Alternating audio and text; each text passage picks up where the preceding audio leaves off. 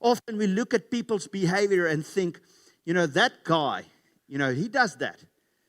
Okay, I've told this story once before, but in South Africa, where I'm from, we have an issue with taxis. And a taxi is not what you know as a taxi. It's a 16-seater minibus, all right? And they normally cram about 50 people in it. And these drivers are like kamikaze pilots. These taxis would drive like crazy. They would cut you off, do all those things. And the one day, I'm driving, and this taxi cuts someone off, and I can see, I know who this is. It's someone that's in our church. He attends our church. It's actually one of the leaders in the church. And this guy gets angry, so upset with this taxi.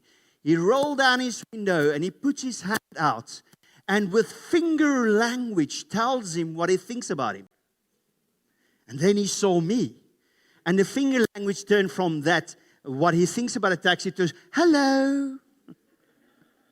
We often, thinking of that reaction he had in that moment, we can become like Big Brother here, where we say, that's not right. This guy failed, but actually had maybe a moment of weakness.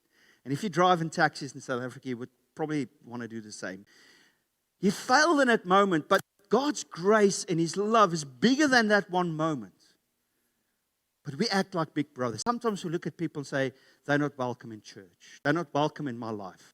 They're not welcome because they don't fit within this framework of how I think. Now, I want to sort of make a disclaimer. But if we enter as we are. And that's what the lost son did. He came with his dirty rags and smelled like pig. And the father embraced him, even though he looked like that.